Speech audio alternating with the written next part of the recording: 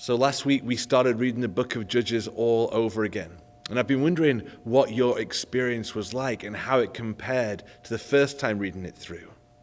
My hope is that you would have felt less lost now that we've read it through once and gone through it in some sermons. And I hope you were able to understand the stories more. And as a result, we're able to glean more from those stories. But if you still felt lost, that's okay too.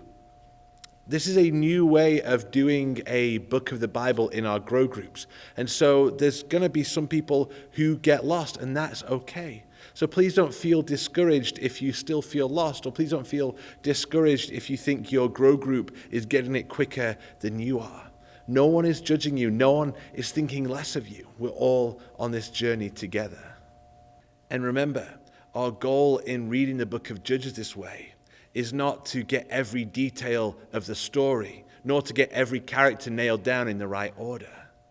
Our goal is to get the overall picture.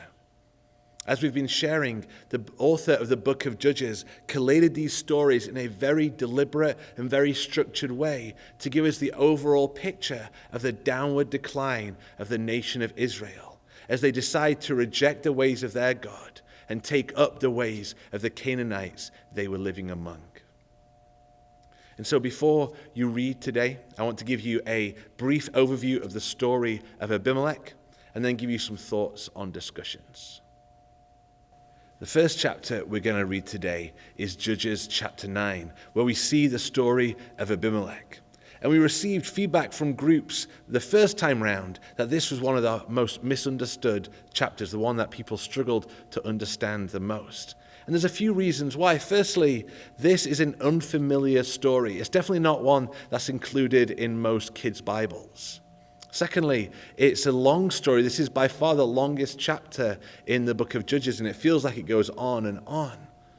And thirdly, there are many characters in this story, and sometimes it's hard to keep track of who's on whose side. Who are the good guys? Who are the bad guys? I'll give you a clue. There aren't any good guys. If you were at church this week or listened to the sermon online, you will have heard the story of Abimelech, and hopefully you will have a good grasp of this story. But in case you didn't get to hear this sermon yet, or just need a refresher, let's take a closer look. The central character in our story is Abimelech himself. He is a son that Gideon had with a concubine from another city called Shechem. And when he grew up, he persuaded the men of that city to let him be in charge of them rather than have all of Gideon's sons rule over them. And as his first act in charge, he goes and kills all of his other brothers, all of Gideon's other sons, except the youngest, who manages to escape. And his name is Jotham. Then the people of Shechem go to anoint Abimelech as their king. But right in the middle of the ceremony, the younger brother Jotham shows up atop a hillside and begins to tell them a story. In short, he's telling them that in anointing Abimelech as their king, they might be getting some safety for a season, but that safety is going to come at a cost, and it's going to damage them. Much like trying to find shade from the hot sun by trying to wriggle deep under a thorn bush would. Then Jotham flees and escapes. This fairy tale relationship doesn't last long, and animosity grows between Abimelech and the people of Shechem. And it's at this point in the story where we meet two more characters. There's a man called Zebul, who is the governor of Shechem, and he is loyal to Abimelech. And then there's another man who's just moved to the city with his family and his clan, and his name is Gaal. And Gaal senses this animosity toward Abimelech, and so takes advantage of it, and says that he will be able to get rid of Abimelech for them if they will make him their new ruler. Zebul, the governor, hears of this plot, and so he warns Abimelech. And so Abimelech sets up an ambush for Gaal and his men. And the following day, there is a battle between the two, and Abimelech and his men win the day. Then the following day, he and his men go and attack the whole city, killing all the people in it and destroying everything in their path. Then they hear of some of the people who escaped to a temple tower up on a hillside. And so Abimelech and his men go and rip down some trees, lay them all at the foot of this tower, set that big pile of wood on fire, and burn the tower to the ground, killing about 1,000 people in the process. Then we're told that Abimelech and his men go to capture another city. And when the people retreat to a stronghold tower, Abimelech again plans to set that one on fire as well. But as he approaches to light the fire, a woman pushes an upper millstone off the top of the tower and mortally wounds him. But not wanting to be killed by a woman, he orders his armor-bearer to kill him. And so the armor-bearer runs him through with his sword, and Abimelech dies, and his story ends.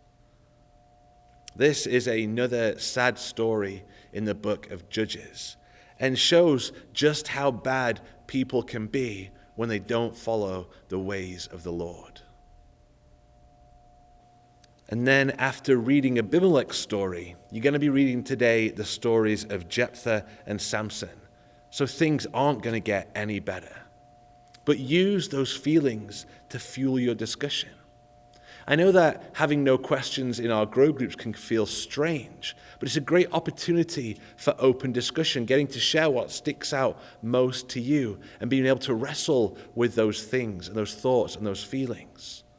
Again, let our 4 questions, the 4 things we're looking for, be the basis for your discussion. What does this passage tell me about God, about people, about what God has done, and about what people should do? And then use your thoughts on those questions to open up further discussion, digging deep as you go. For example, if someone shares a character of God they saw in the passage, then you can ask how that same characteristic is good news to us in our day, in the specifics of our lives.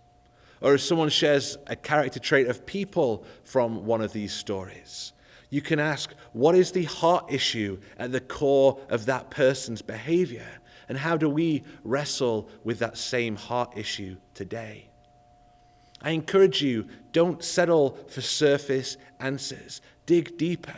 And also, don't sit in judgment on these people, thinking we're so much better. Remember that there but by the grace of God go I. So, get reading and get discussing.